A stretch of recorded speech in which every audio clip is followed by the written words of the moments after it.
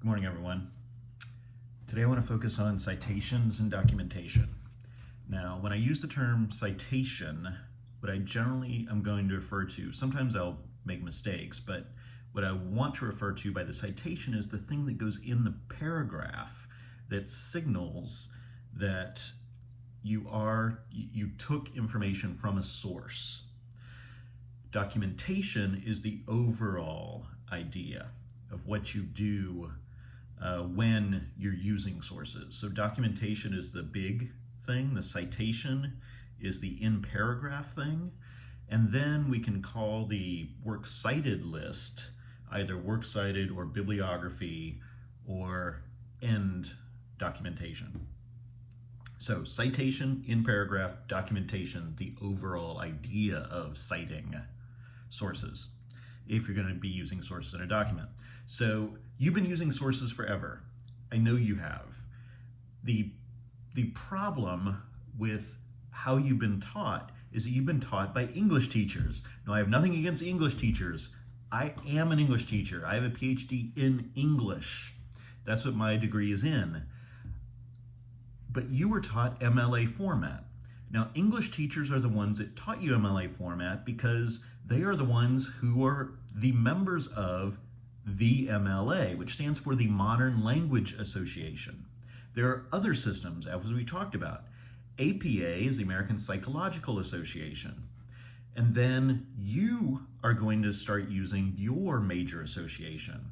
So if you are a mechanical engineer, ASME. If you're an electrical engineer, IEEE, AICE, IIE, etc. So you need to learn what your major documentation system is. And this is according to the society that you should already be a member of. So English teachers are the ones who have taught you. And English teachers have a specific way of citing because of what they do. English academics, they write about writing.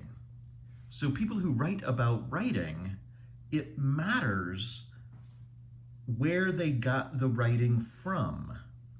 So what do you put in an MLA citation? Well, you would generally put the author's last name and the page number where the quote came from.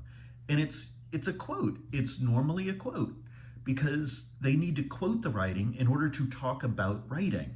If they weren't talking about writing, they wouldn't need to quote it. So many other majors don't have the same author's last name and page number because they don't need it. So think about English. Does it matter that a person writing in English studies, in literature studies, is using a source from 1789 or from 1999? Well, the date may not matter that much.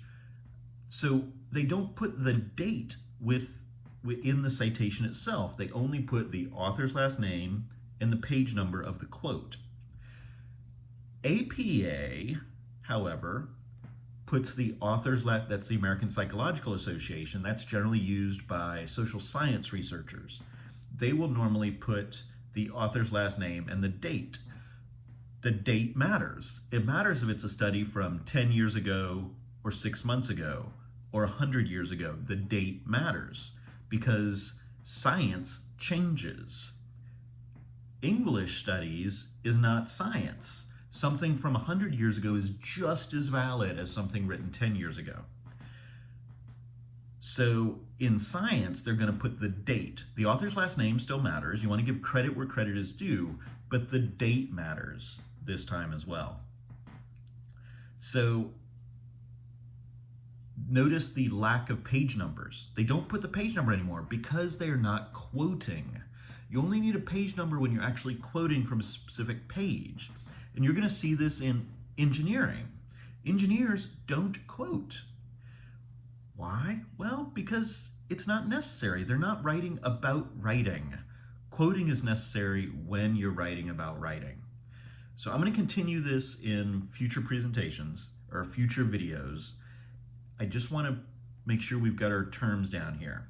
You were taught MLA format because you were taught by English teachers who quote. In the future, you're not going to be quoting.